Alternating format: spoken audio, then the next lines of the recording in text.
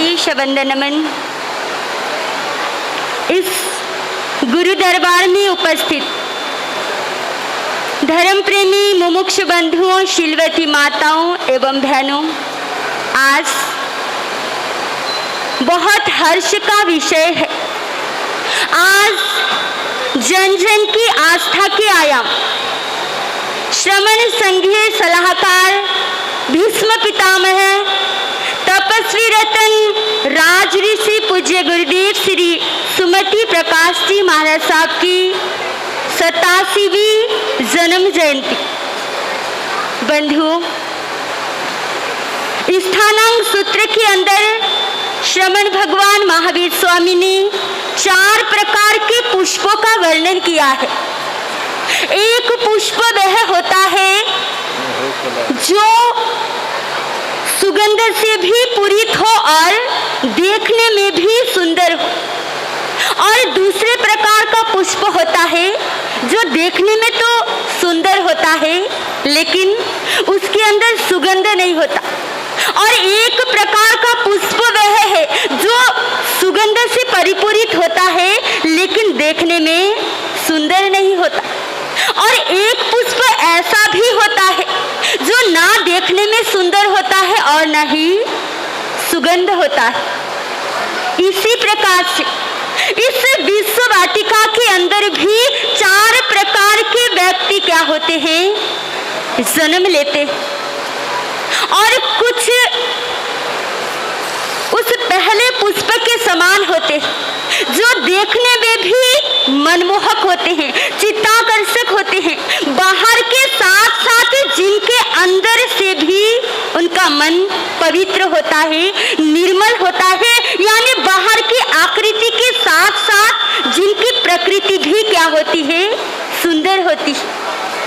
ऐसे ही उस पहले पुष्प के समान जिनका जीवन था, जो बाहर से भी चित्त को आकर्षित करने वाले और जिनका मन भी क्या था, पवित्र था, जो अपने भीने भीने सुगंध से, अपने संयम के सुवास से, अपने त्याग साधनामय जीवन से जिसने पूरे संसार को सुगंधित कर दिया है, ऐसा महकता हुआ पुष्प था श्रमण संघीय सलाहकार भीष्म पितामह पूज्य गुरुदेव श्री सुमति प्रकाश जी महाराज साहब का, जिनके लिए कहा जाता है आपकी आंखों में तेज चेहरे पर लाली थी, आपकी आंखों में तेज चेहरे पर लाली थी, बुद्धि सरस्वती सी आपने पाली थी, आपके अनुपम जीवन की क्या महिमा गाऊं गुरुवर, आपके अनुपम जीवन की क्या महिमा गाऊं, आपका जीवन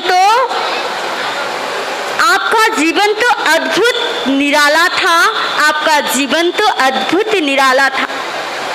खुश जमालों की याद आती है, खुश जमालों की याद आती है, बेमिसालों की याद आती है। जाने वाला कभी लौट के नहीं आता, मगर जाने वालों की याद आती है, जाने वालों की याद आती है। आज पूज्य गुरुदेव श्रमण संघीय सलाहकार भीष्म पितामह पूज्य गुरुदेव श्री सुमति प्रकाश जी महाराज साहब, वो किसी परिचय के मोहताज नहीं। गुरुदेव का जीवन ऐसा जीवन था जो भारत के कण कण में, या भारत का बच्चा बच्चा गुरुदेव के नाम से जानता है।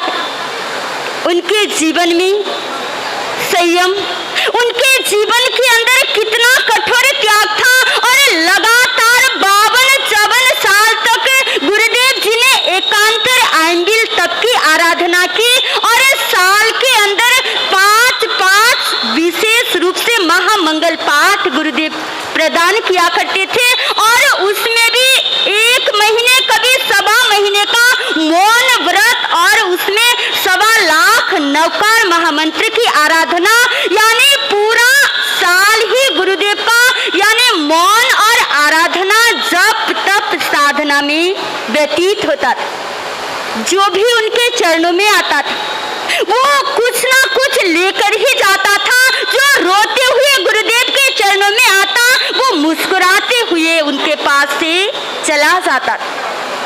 एक बार जिसने भी दर्शन कर लिए वो गुरुदेव का होता था। यानी ऐसी कृपा उनने गुरुओं की हमारे जीवन में, ऐसे महान गुरुओं के बारे में कुछ कहना, उनके गुणों का वर्णन करना।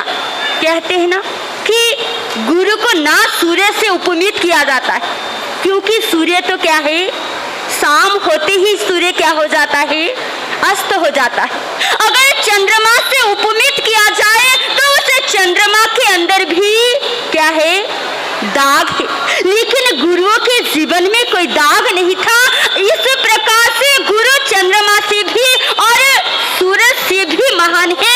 ऐसे महान गुरुदेव के हाथों से ही हमें ये संयम की चादर, ये उज्जवल बाना उन्हें गुरुदेव की कृपा से हमें मिला है। हमें इस संयम के पथ पर आगे बढ़ाने वाले, इस संयम का मार्ग बताने वाले ऐसे आराध्य गुरुदेव आज भले ही हमारे समक्ष न हो, लेकिन गुरुदेव का आशीर्वाद, उनकी कृपा दृष्टि, उनका बरदहस्त आज भी क्या है, आज भी हमारे सामने है। हमें उन्हें गुरुदेव के दिखाए हुए उन मार्ग के ऊपर आगे बढ़ना होगा और गुरुदेव का ये जन्म महोत्सव मनाना आप और हमारे लिए तभी सार्थक होता है जब हम उन महापुरुषों के दिखाए हुए मार्ग की ओर क्या करें, आगे बढ़े, उनके दिखाए हुए मार्ग का अनुसरण करें, उसी मार्ग की ओर आगे बढ़ेंगे, तभी ये जन्म महोत्सव मनाना आप और हमारे लिए सार्थक होगा। गुरुदेव के जीवन में तो अनेकानेक दिव्य गुण थे। उन महान आत्मा के गुणों का वर्णन करना मुझ जैसे अल्प बुद्धि के लिए क्या है, सूर्य को दीपक दिखाने के समान। गुरुदेव में तो अनेकानेक दिव्य गुण थे, लेकिन मेरे पास ना ऐसी बुद्धि है, ना मेरी जिह्वा में इतनी ताकत है कि मैं उन महान गुरुओं के गुणों का क्या कर सकूं, वर्णन कर सकूं। तभी तो संत कबीरदास कहते हैं कि गुरु के गुणों का वर्णन करना, गुरु के गुणों को अपने जिह्वा के द्वारा बखान करना मुझ जैसे अल्प बुद्धि के लिए असंभव है। आसमान की ऊंचाई आपके मस्तक की पहचान थी, आसमान की ऊंचाई आपके मस्तक की पहचान थी, सागर की गहराई आपके हृदय की मसाल थी। आसमान की ऊंचाई आपके मस्तक की पहचान थी, सागर की गहराई आपके हृदय की मसाल थी। आपकी आंखों में बसता था खुदाई का नूर। गुरुवर, आपकी आंखों में बसता था खुदाई का नूर। आपके जीवन के कण कण में संयम की सुवास थी, आपके जीवन के कण कण में संयम की सुवास थी।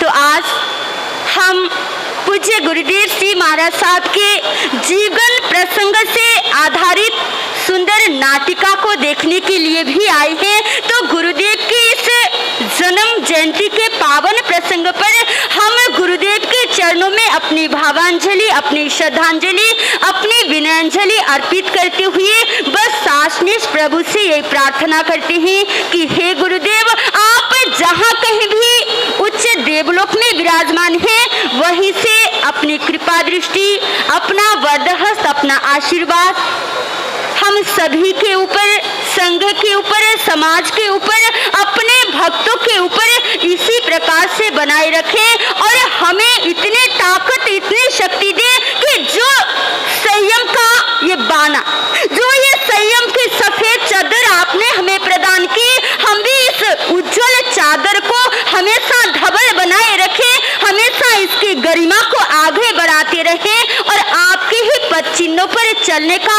हम भी प्रयास करें। बस इन्हीं चंद शब्दों के साथ, क्योंकि समय ज्यादा न लेते हुए हम गुरुदेव के जीवन से आधारित नाटिका को देखेंगे और गुरुदेव के मंगलमय प्रवचन को हम सभी उसका रसपान करेंगे। बस इन्हीं चंद शब्दों के साथ आप सभी गुरुदेव के प्रति अपने अपने भावों को, अपनी अपनी श्रद्धा को जयकारों के माध्यम के द्वारा प्रकट करेंगे, क्योंकि सबकी भावना रहती है कि हम भी गुरुओं के लिए कुछ न कुछ योगदान दें। तो आप सभी अपने दोनों हाथों को खड़े करके गुरुदेव का जय से जोर से जयकारा लगाएंगे। सभी अपने दोनों हाथों को खड़े करें। बोलिए श्रमण संज्ञेय सलाहकार भीष्म पितामह पूज्य गुरुदेव श्री सुमति प्रकाश जी महाराज की, नेपाल हिंदू गौरव वाचनाचार्य पूज्य गुरुदेव श्री विशाल मुनि जी महाराज की। बस इन्हीं चंद शब्दों के साथ मैं अपने भावों को यहीं पर विराम देती हूँ। जय वीर जय महावीर।